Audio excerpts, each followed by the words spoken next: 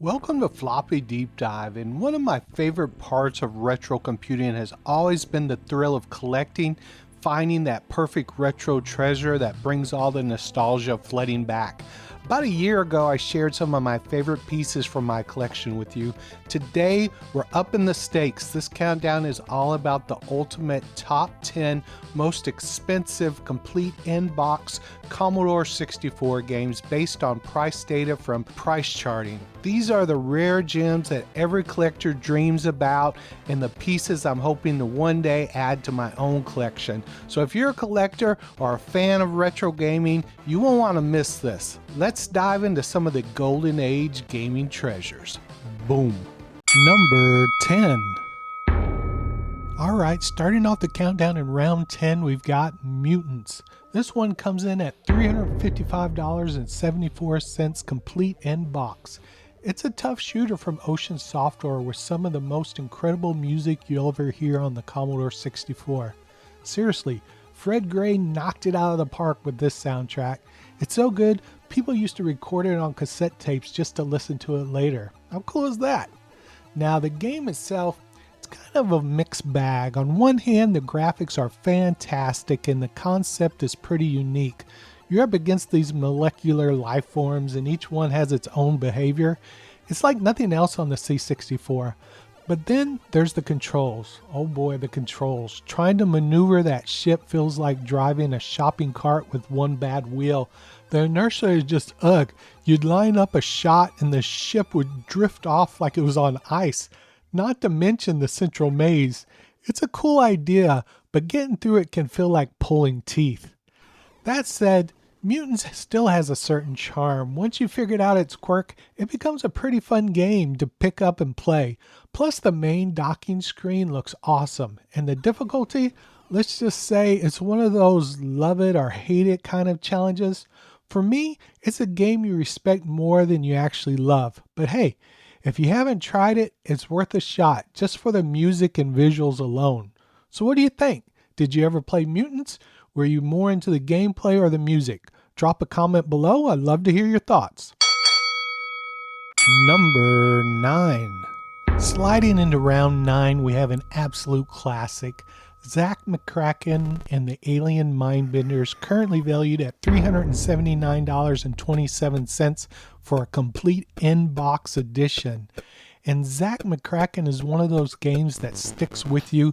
It had everything: humor, crazy puzzles, and a storyline so bizarre it made you wonder what the developers were smoking. I mean, aliens using telephones to make humans dumber. Sounds ridiculous, but somehow it worked. The game had some truly laugh out loud moments, and anyone remember the egg in the microwave? Classic. And the freedom to explore different locations like Mars and ancient ruins made it feel huge for a game on the Commodore 64. Now let's be real, the joystick controls on the C64 weren't the best, especially compared to the mouse controls on the Amiga version, and the lack of in-game music made things feel a bit quiet at times, but the visuals were top-notch for its time, and the quirky humor more than made up for it. I still can't walk through an airport without hearing the theme music in my head. So what's your take on Zach McCracken? Did you map it out as a kid? Like some, never finished it because your copy crashed at the worst possible moment? Drop your stories in the comments. I can't wait to hear them. Number 8. Coming in at round 8, we have the game that practically invented the point-and-click adventure genre, Maniac Mansion. This one I actually own. This one's valued at $492.04, complete in box, and let me tell you, it's worth every penny for the memories alone. Maniac Mansion was groundbreaking when it launched. It introduced the Scum engine, which became the gold standard for adventure games for years. What really made this game shine was its atmosphere. The creepy, kooky mansion, that full moon in the opening, and let's not forget the cricket sounds. It all just pulls you in. And then there's a story, a group of teenagers breaking into a mad scientist mansion to save a kidnapped girl. It's all pure B-movie brilliance. You could pick a team of 3 characters, and how you played the game would change depending on who you brought along. multiple endings, quirky puzzles, and some truly laugh out loud moments. It was like stepping into your own interactive horror comedy. Now let's talk gameplay. Sure, the joystick controls on the C64 weren't exactly ideal, especially for a game like this, but you got used to it. And yeah, you could soft lock yourself out if you weren't careful, like missing the package delivery or choosing the wrong characters. But that was all part of the challenge. The stakes felt real and every decision mattered. And who can forget the characters? Razor, the punk rocker, was always my go-to, and the green tentacle, what a legend. Oh, and let's not forget the hamster. If you know, you know. So what's your favorite Maniac Mansion memory? Did you ever make it through without a walkthrough? Or were you one of those who learned about saving your game the hard way? Drop a comment. I'd love to hear your stories. Number 7. Moving into round 7, we've got an underrated gem, Force 7. Currently valued at $500 complete in box. This game is a mixed strategy and action that feels like Gauntlet met up with Alien. It's got an old school arcade vibe, and let me tell you, once you start playing, it's hard to put it down. The graphics might not blow you away, but they get the job done. Honestly, once you dive in, you barely notice. They just suck you into the action. What makes this game really stand out is how it blends blasting aliens and strategic elements, like swapping out your team members mid-mission or managing unique abilities. It's not just mindless shooting, it actually makes you think. And let's not forget the atmosphere. The in-game music and sound effects add the eerie tension that keeps you on your edge. It's not flashy, but it fits the game perfectly. If you're into classic alien-like vibe, Force 7 delivers. Now, if you've never played this one before, here's a tip. Stick to the original G64 version from the C64 Preservation Project if you can. The cracked versions out there don't quite capture everything the full game has to offer. The radar system, for example, is a game changer, especially with the alien mothers showing up to hunt you down. It's pure adrenaline when that happens. And if you ever wondered what the water cannon was for, it's actually pretty clever. You use it to neutralize the fireball enemies for a few seconds, buying you some breathing room in chaotic hallways. What about you? Have you played Force 7 before? Did you manage to figure out all the mechanics, or were you just blasting everything in sight? Let me know in the comments. I'd love to hear your strategy for taking on the alien madness. Number 6. For round 6, buckle up because we're heading into orbit with Space Taxi. This quirky gem is valued at an impressive $531.49 for a complete in-box, making it one of the most sought-after titles in the Commodore 64 library. No wonder this game has been a fan favorite since the early days of the C64. Let's set the stage. In Space Taxi, you're not just any taxi driver. You're flying a space cab in a world filled with platforms, black holes, and stick figure passengers who impatiently yell, "Pad 2, please," or "Up, please." And the digitized speech was groundbreaking at the time, even if it sounds hilariously scratchy today. And the gameplay is all about precision. Your job is to pick up passengers, land gently without squashing anybody, and making it to the right pad. But don't forget to refuel, or you'll find yourself plummeting into oblivion in those obstacles, whether it's a moving platform, black holes, or crazy terrain, add just the right amount of challenge. And the physics in Space Taxi were ahead of their time. The gravity and the thrust feel so natural that you'll be completely immersed, even as you scream at your cab for bouncing off the platform. And the controls, they're responsive, but leave enough of a learning curve to make the game endlessly replayable. And this is the kind of game that the Commodore 64 was made for. Whimsical, playable, and downright funny. It's clear that John Kutcher, the creator, poured his heart into this. Fun fact, the digitized speech, that's Kutcher's own voice. He recorded it using equipment he built himself. Talk about dedication. And the best part, Space Taxi stands the test of time. It's one of those rare games that is much fun now as it was back in the day. If you've never played this one, you're in for a treat.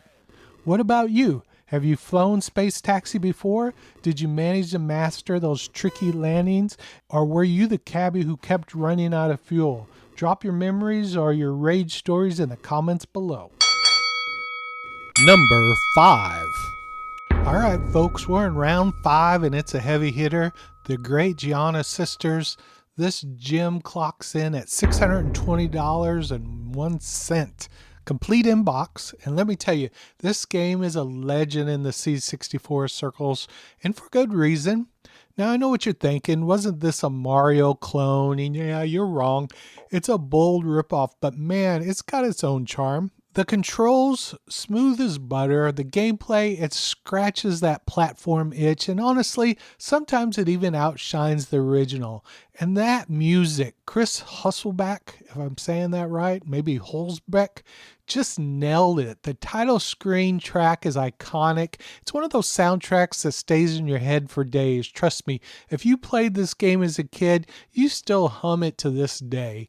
And what makes the great Giana sisters so special isn't just its similarities to Mario, it's how it does its own thing.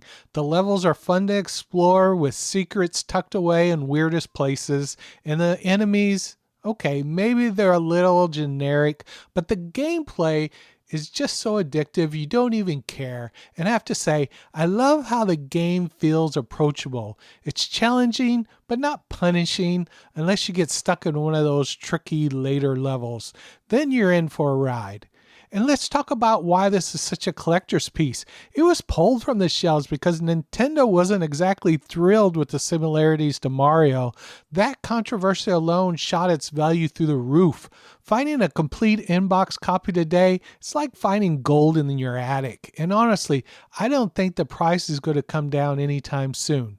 So what about you? Did you play the great Giana sisters back in the day, or was this one of those games that flew under the radar? Let me know your memories, and hey, do you really think this is better than Mario? I've got my opinion, but I want to hear yours. Number 4. Coming in at round 4, it's Metal Gear. This one lands at $650 complete in box, and it's one of those games that's infamous as it is iconic. Let's just say this version had a bit of rough landing on the Commodore 64.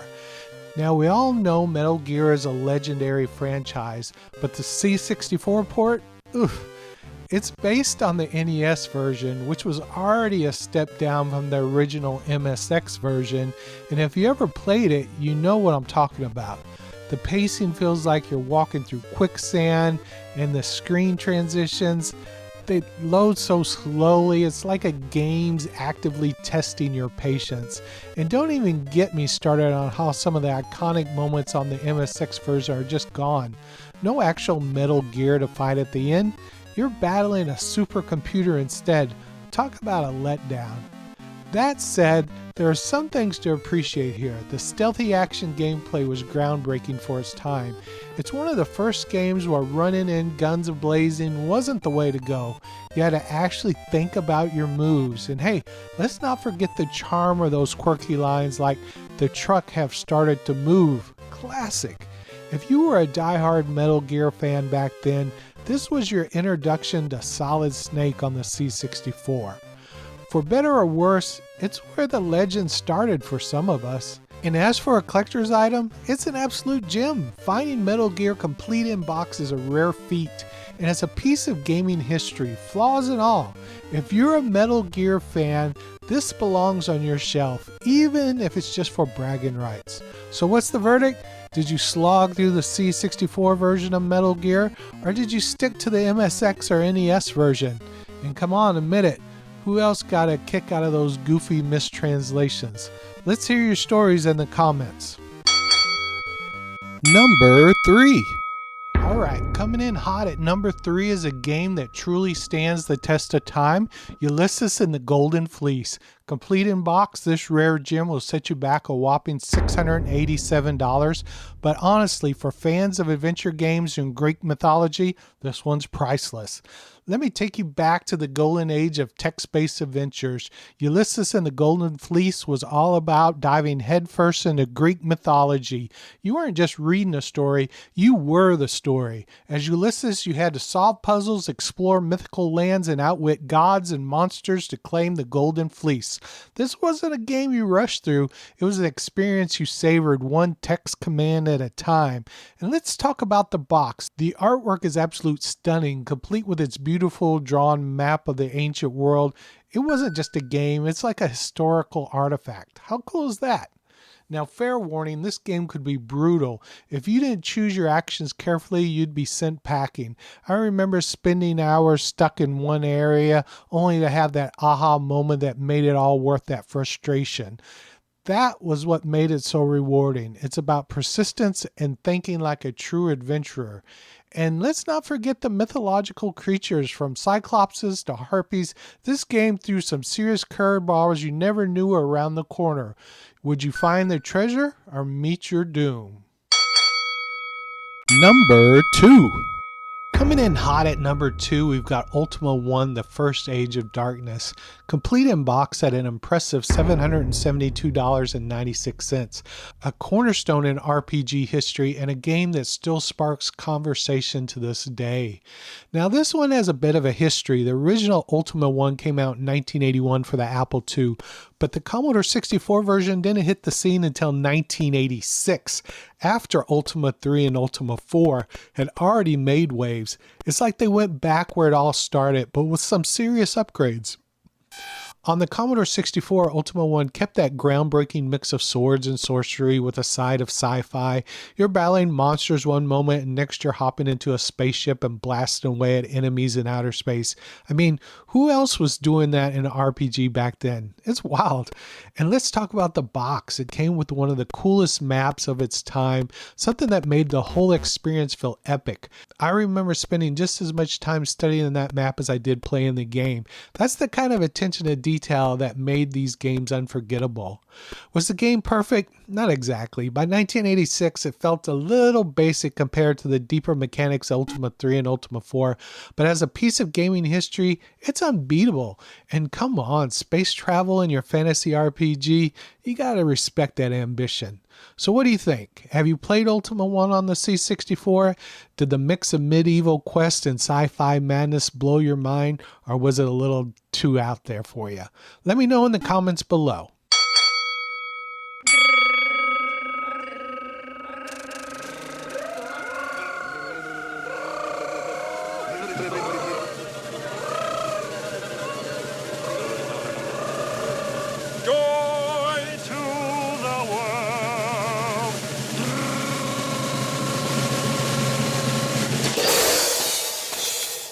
Number 1. And here we are, folks, the final round. At number 1, the heavyweight champion of this countdown, Hard and Heavy, coming in at complete in box at an eye-popping $873.44.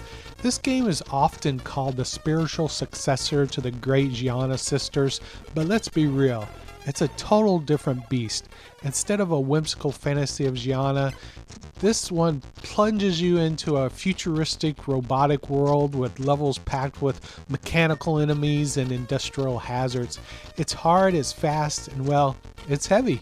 Pun intended. One thing that stands out immediately is the difficulty. The game does not mess around. The levels are shorter, but the timer, it's brutal. You'll be rushing through, dodging enemies, collecting power-ups, and praying you make the exit before the clock runs out. And the shooting mechanics, they're more like the bouncing energy balls, which definitely takes some time getting used to.